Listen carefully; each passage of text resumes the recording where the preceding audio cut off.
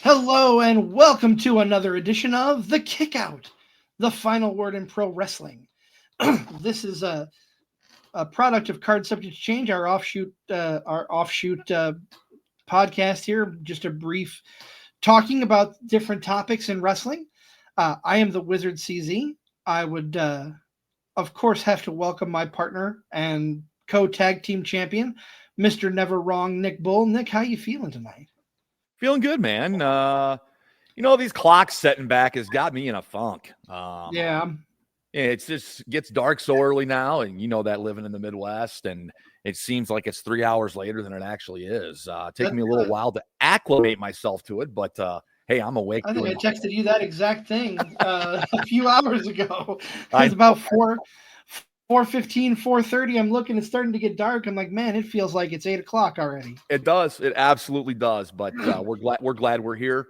It's midweek as we broadcast this, and we're so glad that you either found us here on the Kickout or through Card Subject to Change.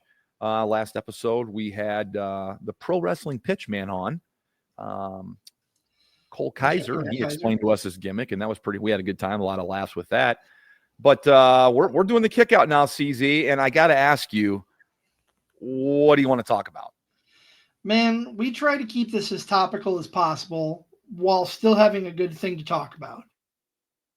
This past Friday on SmackDown, for the first time in years and years, we saw a banned move hit on SmackDown on WWE TV. If you don't know what I'm talking about, go back and watch SmackDown, particularly the segment between Randy Orton and Kevin Owens, where a hugely vicious pile driver was hit on Randy Orton, and he was stretchered out of the arena because of it. Obviously, that's all part of the show, but there's a reason that some of the moves we're going to talk about were banned, right, Nick? Yeah, I think, the pile driver being banned in WWE for so long, as a Stone Cold Steve Austin fan, I think back to SummerSlam 97, right?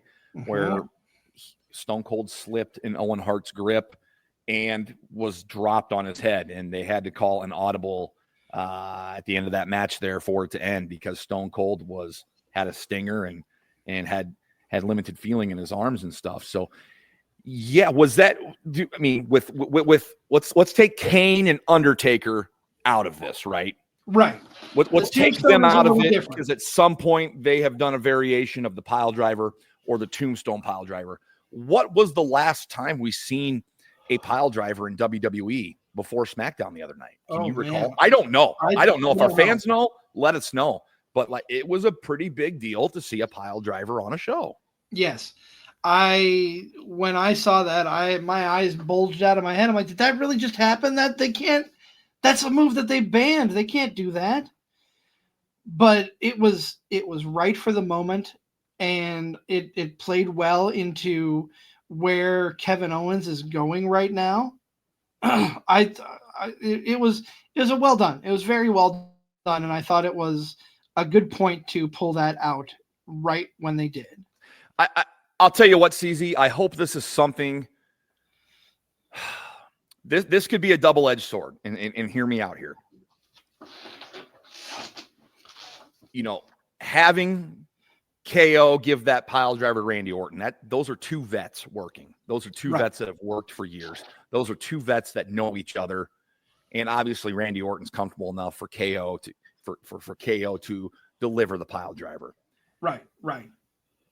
Having that move banned so long and seeing it happen is such a big thing to see. I hope this doesn't turn into the Canadian destroyer of AEW, where we see it in every match and it's used by everybody and it's ineffective and you just roll your eyes at the move, as I do the Canadian destroyer. Okay. I hope that's not what this turns into. And I don't think it's going to.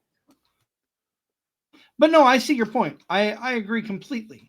I'll talk about a move that's been a favorite of mine for a long time that you didn't see until Cody returned to the WWE, and that's the Vertebreaker. Yep. Of course, we saw, was it Hangman who hit it on Swerve during their big ridiculous cage match onto a cement block. Onto a cement block. Yes. But it's a variation of a pile driver. It's behind the back, and you honestly, I can see why it was banned for so long, because you can't see your opponent. You really don't know what position they're in, other than just kind of feeling them out. Well, that match was banned, or that move was banned in WWE, correct? Correct. And then Cody used it recently. I mean, we don't really know of, I guess, with AEW's, existence of being around for 5 years, we don't really know of a ban list by them. But when you see WWE doing this pile driver thing, I like that they did this here, and here's why. Obviously, Randy Orton needed some time off, right? Right. Let's go do this real quick on TV. Let's make it look great. And it's going to be legit. Like, people are going to buy into it. And they have. They really have. Like, it wasn't hokey. It was treated serious. Orton was stretchered out of the ring. And, people are talking about it. We got a reaction out of it. So, I'm fine with this. As long as it does, we don't see it every week, every match. And, right. and I think WWE has the presence of mind not to do that. It's definitely a devastating move. It's definitely a move where a lot can go wrong. But at the same time, you had two pros the other night, KO and Randy Orton, doing it, and it looked amazing. And here's my thought. You said you hit the nail right on the head, not wanting to see it every match, every move. I kind of equate it to another move that was banned, and that is Randy Orton's punt kick. That was banned after Randy inadvertently gave Vince a concussion, but it wasn't something that he did every single match. It was something that he used to drive a point home with specific other people. Yep. And I see the pile driver with KO kind of going the same way as the punt kick, if that makes sense. Okay.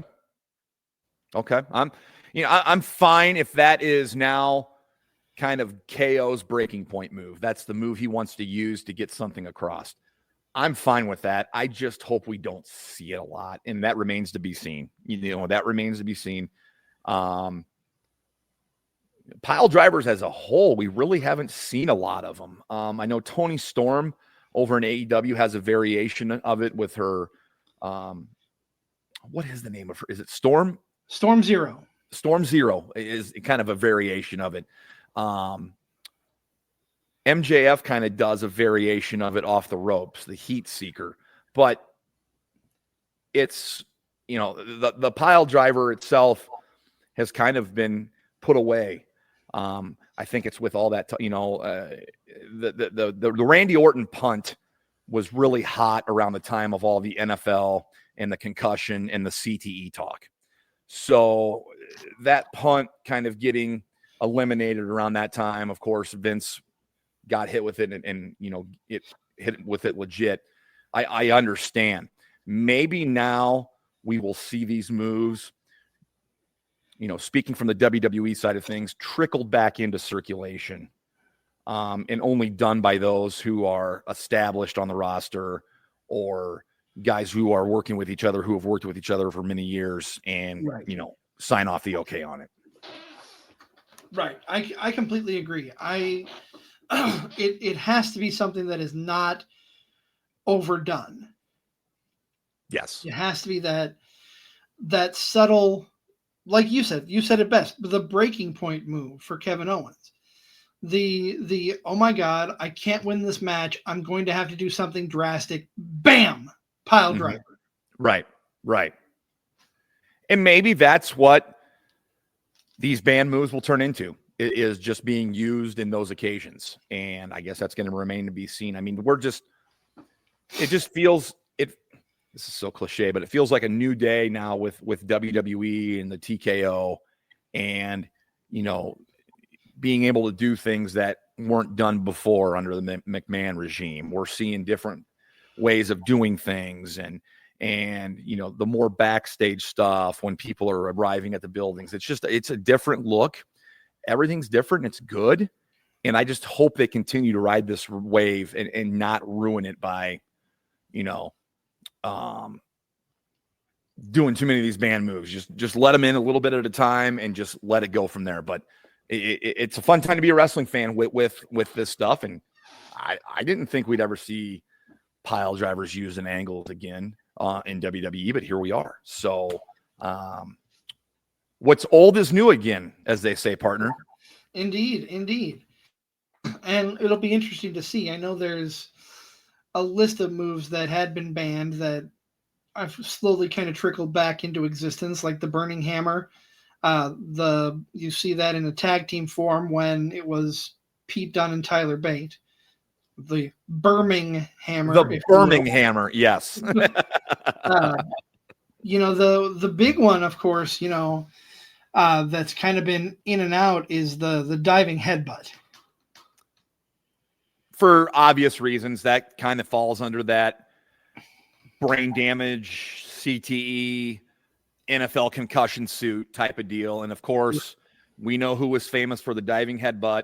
I'll say his name here, Chris Benoit. And of course, WWE wants to steer themselves away as far away, from that move, that association with fans as possible. Yeah. But yeah, that it'll be interesting to see where we go from here. What comes back, what stays away. And like you said, hopefully it doesn't turn into a let's pull it out every second, every day. Right. We don't need another triple crossroads situation here. No, God, we don't want that. Heck no. You're going to have an angry wizard if we see that. Yeah, that's angry. Right. That's right. You want to get him riled up, just have Cody do 3 crossroads in a row. And the wizard is whizzing. Let's just put it that way. We are in the wait and see approach here with these band moves. Reach out to us. Hit us up on socials here, either at the Kickout or the Card Subject to Change. Talk about what move that may be banned that you would like to see back in wrestling lore being used, by WWE, or maybe even AEW for that sake, used by the big guys. What's coming up on the newest episode of Card Subject to Change, CZ? Well, we've got another new guest coming into the studio. We're both familiar with him through SCW Pro, but he is also prominent in Iron Spirit, AAW in Chicago. We are welcoming one Shane Boucher into the studio, and we'll hear all about his journey and maybe get him to talk a little bit about being thrown off a balcony in Iowa City. I'm sure we'll touch on that. I mean, we don't mean to bring up any past trauma here or no, but that's definitely a unique moment in SCW lore. We'll have Shane Boucher in studio. We will break that down. I'm excited to get Shane in the studio, a guy that I enjoy watching when I go to shows. And that's a guy we've kind of said under our breath to each other, we got to get him on the show. We finally get him on the show next week on the Card Subject to Change. So tune into that one. New episode with Shane Boucher. Of course, you can find the Kickout every Wednesday here at 6 p.m. We appreciate you tuning into that. Hit us up on socials. We love to hear from you guys. Like, follow, subscribe, leave a review. Whether it's good or bad, leave a review. Let us know what we need to do. Reach out to us. Like I said, we love talking wrestling with our fans. Yes. But for the here and now, this has been the Kickout, the final word in pro wrestling.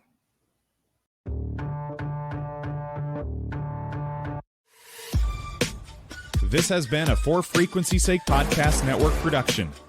For more great content, subscribe to For Frequency's Sake on YouTube, Facebook, and Twitter.